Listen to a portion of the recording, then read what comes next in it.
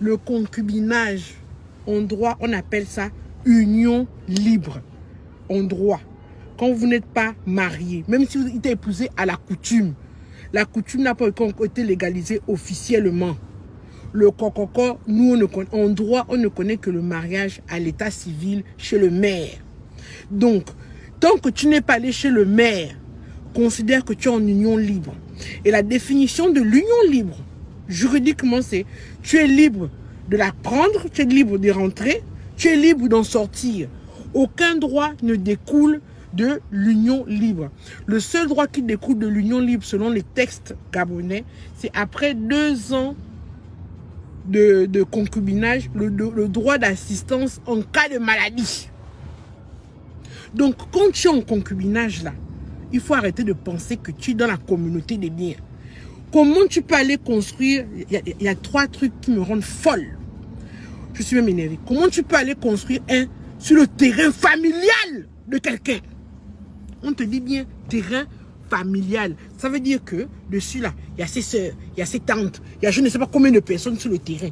Toi, tu es tellement amoureuse, ou bien le mourangou, tu es tellement dépassé que toi, tu juges que c'est toi qui vas construire là-bas. C'est là-bas où c'est le seul endroit où tu as trouvé pour aller construire le terrain familial, là, le terrain qui appartient au père de ton partenaire, ou bien au père de ta partenaire. Ça veut dire que ses frères et sœurs ont droit dessus. Deuxième chose que vous devez savoir, la propriété du sol, c'est-à-dire la terre, l'emporte sur la propriété du dessus. Donc ça veut dire que quand le terrain là, ce n'est pas à ton nom, ne construis pas.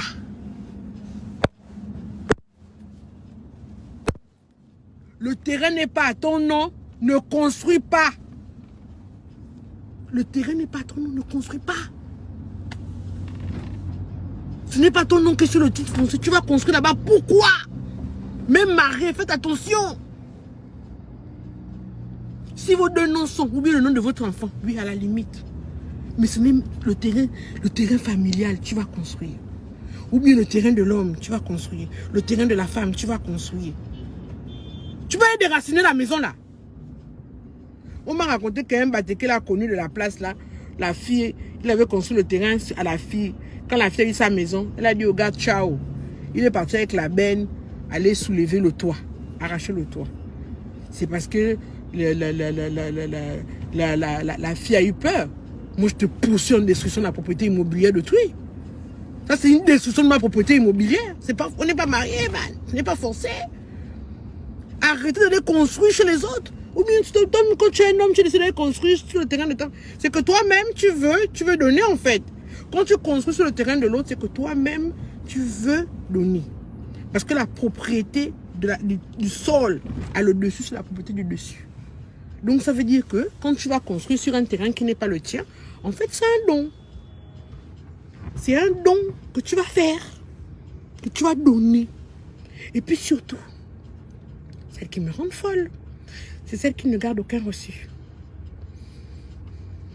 Parce que même si tu as construit, tu étais dans le nom de love, tu étais amoureuse, tu ne savais pas, l'ignorance t'a eu.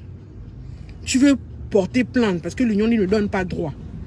Tu peux quand même avec les reçus, genre le reçu des briques, le reçu des carreaux, le reçu des travailleurs, la main d'œuvre, tout. Avec les reçus, tu peux quand même poursuivre la personne pour dire au tribunal que oui, nous étions certes en union libre, mais la maison sur laquelle il habite, j'ai investi tant d'argent. Je suis d'accord pour la rupture, il n'y a pas de problème. Nous ne sommes plus ensemble, mais il me restitue le montant de mon investissement. Voilà les reçus.